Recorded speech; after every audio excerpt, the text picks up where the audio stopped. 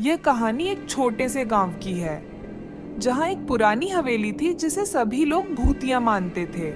कहते हैं कि रात के अंधेरे में उस हवेली से अजीब अजीब आवाजें आती थीं और वहां जाने की हिम्मत कोई नहीं करता था।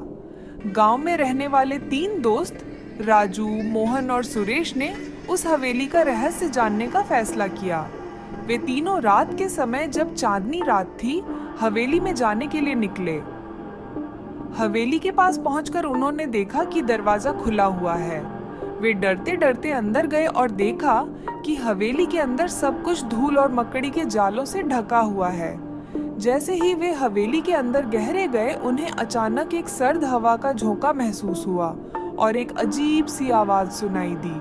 वे तीनों डर के मारे थर थर कांपने लगे।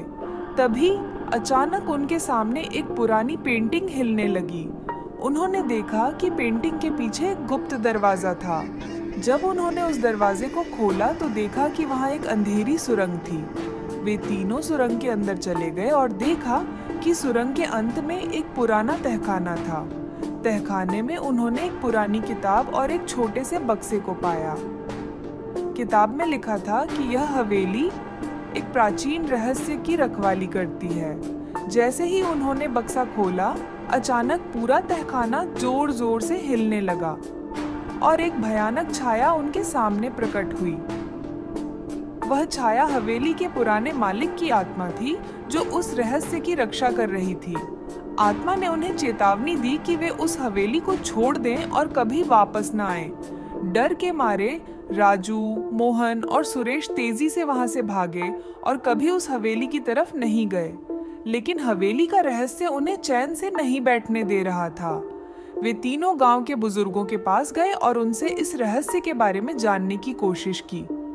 बुजुर्गों ने बताया कि वह हवेली एक काले जादू का केंद्र थी और वहां की आत्माएं अभी भी जीवित थीं। गांव के लोग कहते हैं कि वे तीनों उस दिन के बाद से बहुत बदल गए थे और उस रहस्यमय हवेली का भूतिया रहस्य अब भी बरकरार है। हवेली अब भी रात के समय अजीब आवाजें करती है और कोई भी वहां जाने की हिम्मत नहीं करता।